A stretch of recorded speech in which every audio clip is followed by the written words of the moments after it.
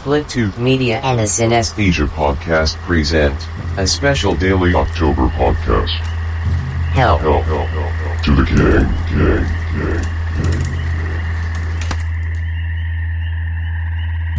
Jason, have you read Stephen King's books?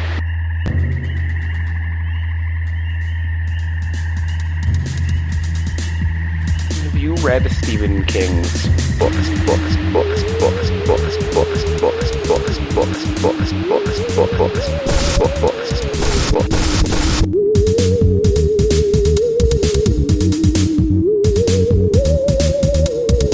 King movie, a Stephen King movie.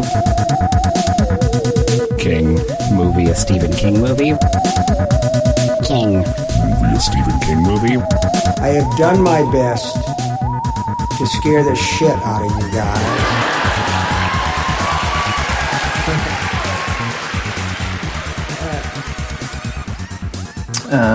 Yeah, I haven't figured out what the actual, pre-made intro thing is going to be. Hopefully some fun music or, Halloween haunted house sound effects. Mm-hmm. Something nice and cheesy. Yeah. But, alright, let me just pull this up and we will get started. Welcome back to another spooktacular installment of Hell to the King. The podcast that takes you through the filmography of the modern master of the macabre, Stephen King. King. Jason, can I tell you the biggest problem with Salem's Lot? Well, hold on. Let me tell them what we're doing.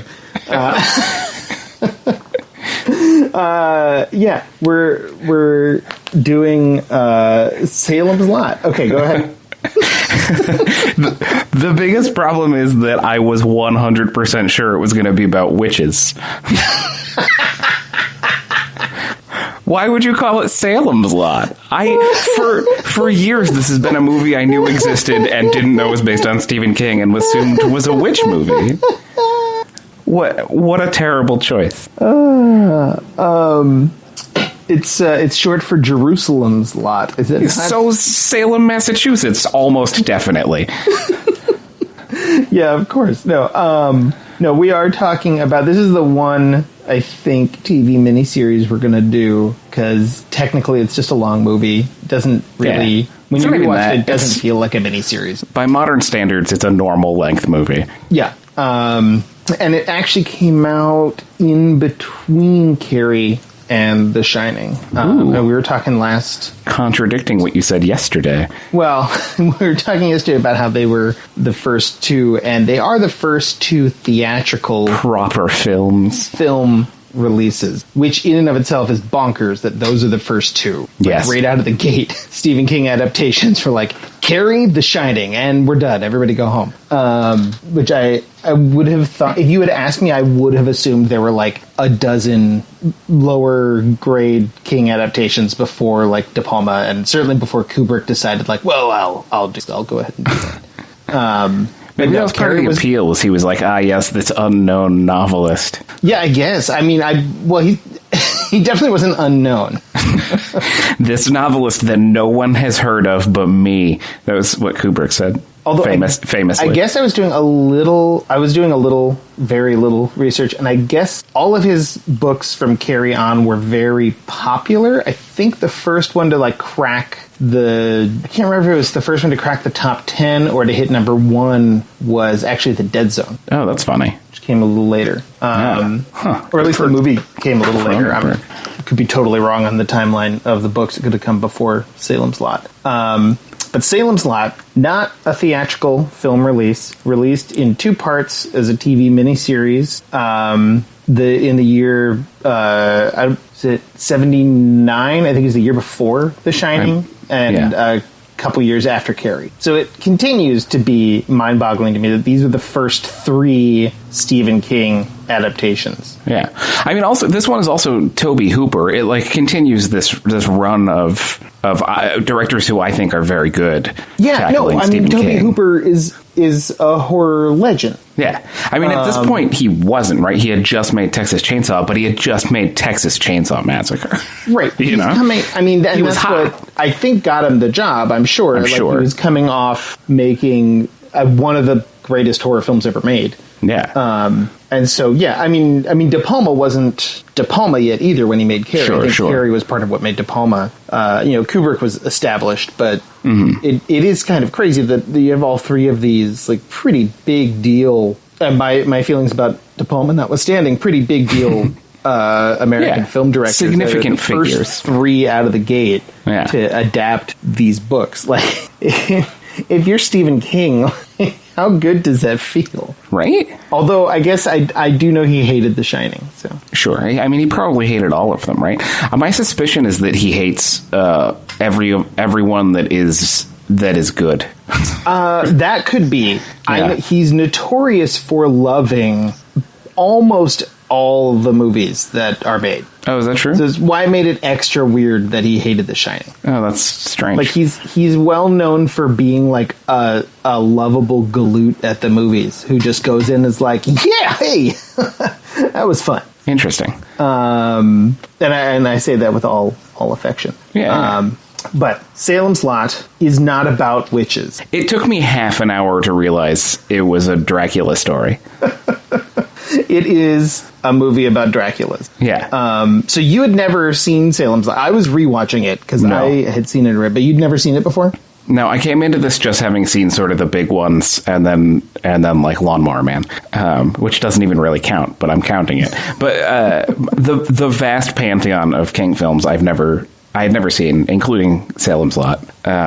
So it was a full mystery to me, this one. Yeah, so Salem's Lot is, I think, King's favorite book that he's written. Okay, not his favorite, or at least it was movie adaptation, but his favorite book of his own. Yeah. I don't know. I haven't done enough research to know specifically what he thinks about the movie adaptation, but I know that it's something that, at least in terms of the book, is very close to his heart, and I believe the movie is a fairly faithful adaptation of the book, so we might be glimpsing here something towards the core of Stephen King, something where he lives and breathes what he really cares about. And I gotta say, Jim, no psychics. No psychics. Not a single psychic in this one. Yeah. I was shocked. This is, I think, our first one without any psychics. Oh, it is, because we've only done 3. This is our first one without any psychics. Which bugged me out a little bit. I thought it was going to be witches, and I assumed there would be some psychic activity, and neither of those things. It's just a weird Dracula witches story. Are casting spells or causing people to come under their influence. That's close enough. Yeah, exactly. And it's the kind of thing where you could. I wouldn't put it past Stephen King for him to be like, oh, they called them witches, but really they're just a sect of psychics. Right. I was going to say it would be like the reverse of Carrie, where it's made very clear that Carrie's a psychic, but obviously her mother thinks that she's a witch. Exactly. It would be the full inverse. Stephen King's Salem's Lot, it would be a whole group of witches that are, they call themselves witches, or they present as witches, but they're secretly just fire starters. Good. I would watch that movie, probably. I mean, I would watch it. I might like it. Who knows? It's a fine plot. It's not a plot. That's a fine idea. Lords of Salem's Lot. Yeah. Where they skateboard and they're witches. Yeah. But they're psychics. So, so it took me half an hour to realize. Oh, so I was just going to say, I think that maybe this is a good adaptation, partially because it does give itself 3 hours, and I think part of what's interesting about all these King adaptations is, I don't know if this is true, I'm assuming they're all based on 700-page books. So for a lot of them, roughly. It feels like they're jamming it in. But this movie feels like it's paced well for what it's doing. Yeah, I agree. I mean, I like this movie a lot. But I saw it when I was a kid. Sure. And it scared the shit out of me. Oh, so this is one of those, like, foundational movies for me of, if I had watched this as an adult for the first time, I might have just, had a healthy respect for it. Mm-hmm. But it's inseparable to me from the feeling of being a little kid and being pretty sure vampires are real and that they might be outside my window on any given night. It's interesting that you would say that, Jason, because a thing that I was struck by is there's two people who are aware of the vampires and can fight them, right? And it's like the main dude who I think we should loop back to in a second. And then there's this kid who joins up with the main dude, and that kid, the reason that he's the only person in the town who doesn't fall prey to the vampires or go blind to the vampires is because he loves horror movies and has little statues and paraphernalia all over his room. And Jason, that was you. According to this movie's own lore, you're totally good. You would see your best friend outside the window and be like, nah, I get this. Yeah, no. I definitely wouldn't have let him in. Yeah, you are that kid. But I probably would have still, like, wet myself. Well, sure. But there's no embarrassment in that. But yeah, the kid floating at the window... Yeah. Definitely was one of the scariest things I'd ever seen. Yeah, that's fair. And so for that alone, and I honestly, even having rewatched it recently, I don't remember that much else about the movie. So maybe the movie's not actually as good as I remember it being, but I remember that scene so much and a couple of other choice scenes that I just don't care.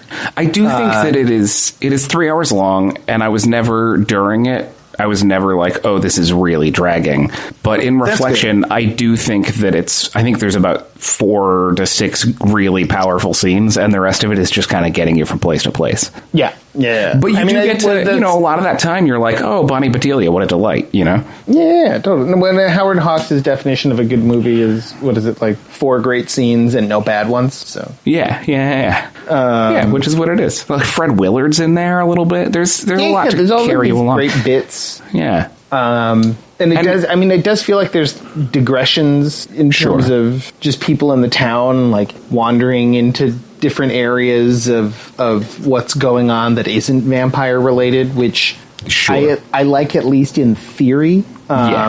Maybe again, were I to approach this differently, I might think that time would be better spent elsewhere, but it all just comes back to the kid at the window. Oh, yeah. The fucking Nosferatu grabbing the cross out of the priest's hand. He's so good.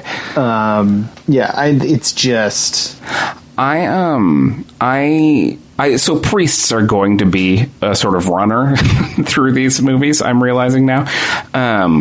But have we had a priest yet? No, I just looking ahead a little bit. I'm seeing that they're going to be. And I don't know if any of them are going to be awesome, but this priest was awesome. As a character, he was just sort of like a weird, strong, flippant priest. I enjoyed him. Yeah, no, he was great. Although I do like that, or was it him? It's he. There's only one priest, right? Yeah, I think so. Yeah.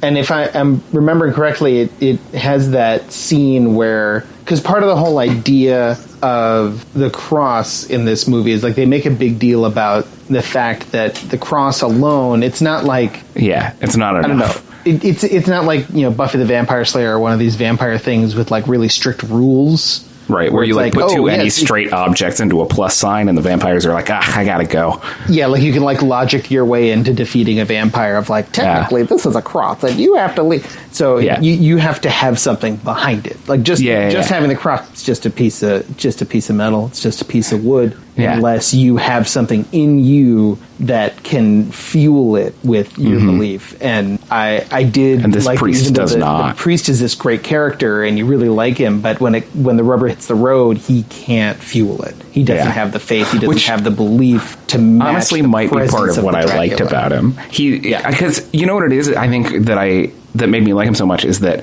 I think most of the time in a situation like this, the priest... Either it doesn't matter or they do have that sort of driving belief that lets them combat the vampire. And usually it's the whole point of them being there. Like, story-wise. And in this situation, he didn't, but he still was going to roll up and fight them. You know, and he like had some other more humanistic chutzpah inside of him that let him run in there and go face to face with the vampire and be like, "Kid, get out of here! I'm gonna take this." Yeah. Oh no. I mean, that does it makes him even better. Yeah. He's not some Superman. He's not the voice of God. He's not this, He's just a dude now who's that going to he's do the shown best up, he can to everything's fine. take care of It's a like, kid. doing my best. Yeah. So that made a big impression on me as a kid as well. Yeah. That's really nice. A lot of these movies I've never seen, and I'm going to be coming at from a much more jaded and world weary point of view. But this one I just get excited. Like if I see the poster with the Nosferatu shadow over the town, I just get so. Is that what the poster is? ready. I should have looked at the poster. Then I would have known it wasn't witches. Maybe That's true. There is a big Nosferatu right on the cover. that would have been a big tip off for me. I don't know. I could see you just reading that like metaphorically. Yeah. Or thinking Like, that it's like Salem's Lot. It's like vampires, but witches. or like it's like the what's that one with Jack Nicholson where he's like the boss of all the lady witches? I don't think that's actually the plot of that movie. Well, I've never seen it, but isn't that the plot of a movie? Oh yeah. Isn't he a boss witch and they're all lady witches? Let me review more movies I haven't seen. Yeah, no, we're just gonna leave that there. But yeah, no, I'm looking at it again, and I could also see that if you didn't know it was a Nosferatu, it could just look like a weird shadowy dude. Oh, really? Like in a cloak. I'm gonna Google it. But yeah, I mean, I guess we should talk about Tobe Hooper a little bit more, because Sure. we're not going to get another chance to in this. That's well, fair. I mean, anytime Someday, we're for bored sure. with the movie, we can always just double back and talk about Tobe Hooper. But I don't know what to say about Tobe Hooper other than what we've already said. I guess I am curious where Chainsaw, this and he's falls amazing. in his filmography. Where Salem's Lot gets placed. Yeah, because he definitely he was a man of constant escalation, right? He like made a couple of little Austin movies, and then Texas Chainsaw, and then I don't know, maybe this, and then that one where people die on a coast, and then that one where the naked lady sucks people's souls. I feel like it sort of consistently got bigger and bigger. I think this is another situation where our interpretation of his career is going to be a little bit different than many other people's interpretation of his career. I don't know what that and why. Why? In terms of, what do you mean by bigger? Because he's definitely considered to be sort of a failed promise, you know? Is that true? I mean, that's the sense I get from people. I mean, That's he interesting. made Texas Chainsaw. Yeah. And then, as far as most people are concerned who aren't, like, really into this stuff, he made Poltergeist after that, except he, quote, didn't really, because there's all of these people who say that, like, Steven Spielberg directed, while Tobe Hooper sat around and didn't know what to do. Yeah, but those people are obviously dum-dums. Yeah, well, I mean, first of all, from what I can tell, research-wise, that's not true. Sure. At all. And secondly, if you just watch the film, it's not true. Yeah. It doesn't feel like a Spielberg movie. It does feel like a Tobe Hooper movie. It feels like Also- a very Spielberg-influenced Tobe Hooper movie, Yeah, but that's what it feels like Spielberg he was doing produced at it. that point in time. Yeah. Yeah. And in fact, I don't know if you've ever done this, Jason, but if you sit and watch the opening credits, it tells you pretty explicitly that Spielberg produced it and Tobe Hooper directed it. Yeah, it's funny. It how says that works, with words, but, yeah. Try telling that to the entertainment writers of the day. Yeah. So that kind of was. I mean, I could be wrong, but my understanding is that was kind of a knife in Tobe Hooper's That's interesting. career. I'm Because looking people now just at the thought list. that he couldn't hack it, and Spielberg had to direct it. Spielberg got all the credit for Poltergeist. Jason, I'm looking at the list, and first of all, we will come back to Tobe Hooper in this series. But also, I think That's exciting. I don't know where. I'm not going to tell you. I'll let it be a surprise. Also, I can see how that would. I'm looking. It's like Eggshells, his like slacker movie, and then Doc, I've never heard of, and then Texas Chainsaw, and then Eat 'em Alive, which I think is sort of a classic, and then The Funhouse, which I haven't seen, and Salem's Lot. And then Poltergeist, and then Life Force, which is amazing. I think Life Force is amazing too. I would also believe that Life Force. I feel like that was in the era that everything Golan Globus was just dying, though. Yeah. So maybe that also helped in taking him down, because that was the next thing he did after Poltergeist. And then he's kind of. I mean, also that movie is bonkers, and most people I don't think would like it. Yeah. Do you think so? Yeah. But it has everything. That's what I was going to be Space pretty careful who vampires. you share it with. Because of how much it has boobs in it? Well, there's that, but also just because most people, I could not imagine showing that to a room full of people just without vetting it, because my opinion is that if I just showed it to a random group of people, they'd spend most of the time making fun of it. Yeah. Well, that's for being sad. silly or whatever, and not really groove on its rhythms. I could be wrong, but that would be my guess. I mean, it definitely only recently got resurrected as, in like a nice edition and got remastered and everything with the I forget who did it, probably Scream Factory, but sure, that makes sense. There's all these little niche houses like Scream Factory and Vinegar Syndrome and all these places, bringing back these movies that beforehand were beloved by people like you and me, but for the majority of people are just sort of forgotten, failed, weird trash. Yeah. And there's, that like streaming service. I feel like there's a bit of a resurgence happening right now, probably because we have an internet. Yeah. Oh, yeah, because everything's available and everybody can find things. Yeah, it's easier to get into nichier. I don't know. I feel like where I am, there's sort of a fondness towards Tobe Hooper, but that might be because I live in Austin. So my like local community, I feel like people are always a little excited about him. Yeah. Well, maybe that throws off my perception of the world's idea of Tobe Hooper. Probably. I would guess that I don't know. I don't talk to anybody anymore, so I'm just making assumptions about how people are. Yeah. That's all you can do. Based on not talking to any of them or listening when they talk. Yeah. But I don't see Tobe Hooper. I think he's beloved by the people who know, but I don't think he is as widely he's certainly not Kubrick level, and I don't think that Noah Baumbach's going to make a Tobe Hooper documentary anytime soon. I mean, I'm totally fine with that. I am too. I'm just talking about relative, what do you want to call it, like Q rating or whatever. Has Noah Baumbach ever released a rap album under the name Noah Boombox? Don't give him any idea. Because he should. Featuring Greta Earwig. Or yeah. Tobe Hooper's amazing. And I don't know. I have no idea how this movie's considered, if it's considered, when he's considered. If you'd asked me yesterday, my uneducated guess would be that it would be seen as a step down because it's TV. Sure. But I don't know. He's still got Poltergeist later on, so maybe he's still. I mean, he clearly kicked it out of the park with this, right? It's like you see other TV movies. I don't know. Some TV movies, you look at them and you're like, a TV movie. But when you watch this, it feels like a movie of its era. Oh, yeah, totally. Except twice as long. Yeah. So I feel like people in the industry must have been like, oh, this is... I mean, that might even be why Spielberg might have been like, oh, let's pull him in to do this sort of ghosty movie. I would believe that, absolutely. He clearly can kick it out, Well, there's also no way Spielberg didn't see Texas Chainsaw. That's fair. He's so...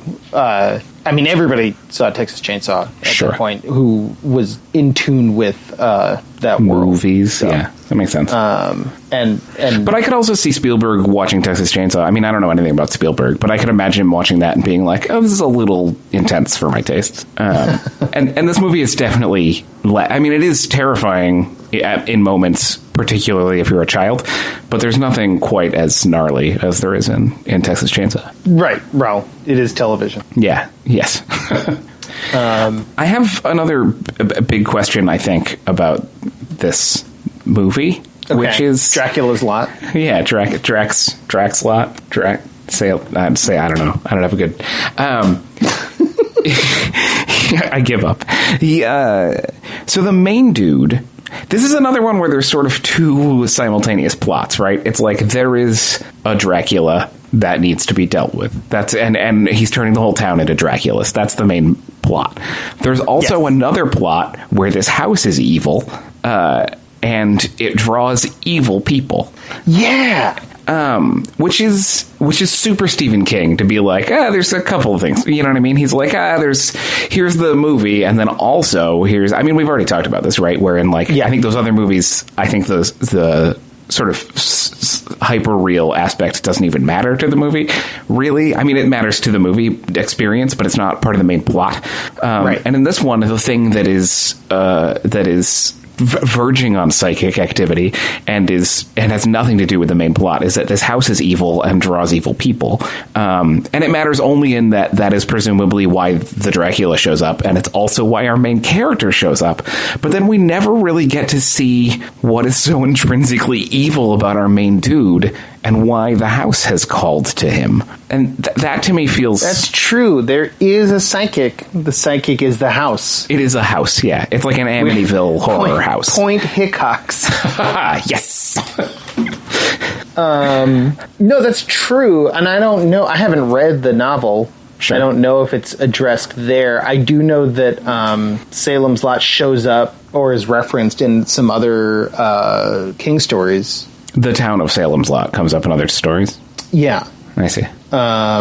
Because of the draw of the evil house, perhaps? I assume so. I know that was in one of the short stories that I read a long time ago. And I was like, oh yeah, that place.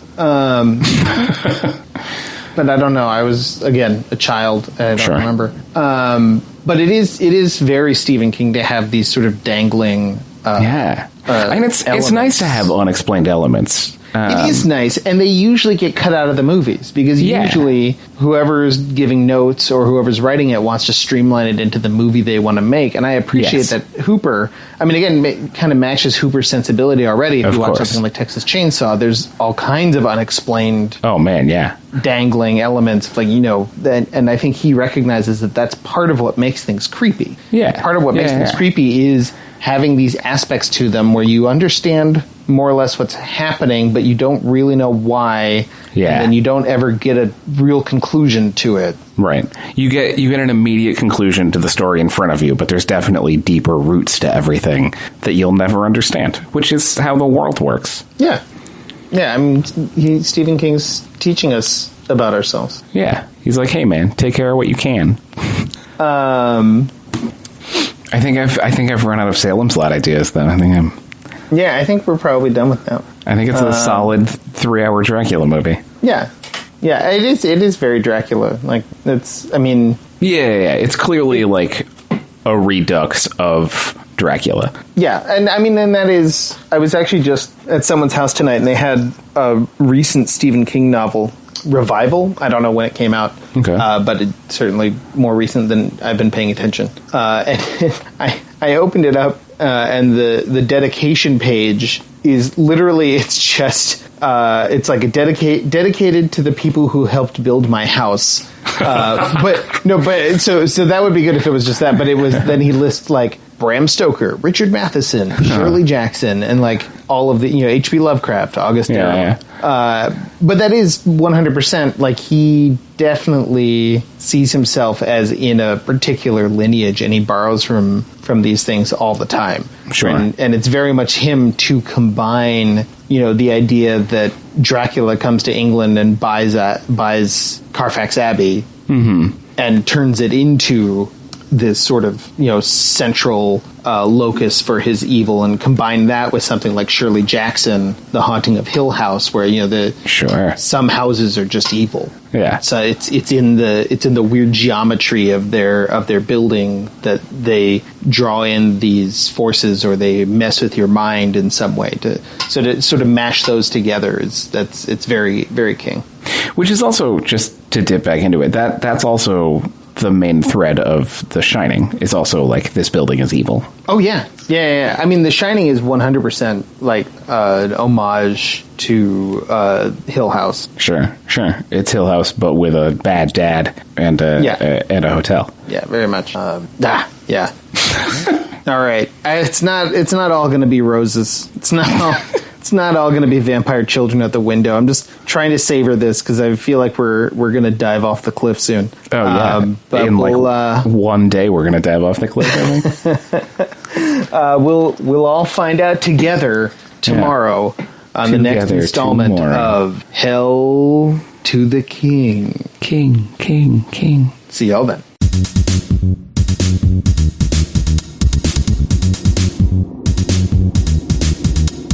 Hell to the King is a special presentation of the Cinesthesia podcast. Produced by Iguanodonald Studios, and distributed by Split Tooth Media. Music by Loyalty Freak. Hell to the King is recorded before a live studio apartment. We think someone died here. We think it was murder. We hear them in the walls. They whisper when we sleep. They tell us it's okay. They tell us not to fight it. Shush. Just sleep. It will all be over soon.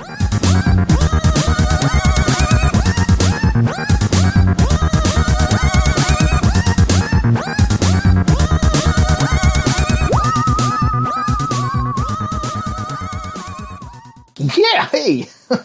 That was fun. Cinesthesia.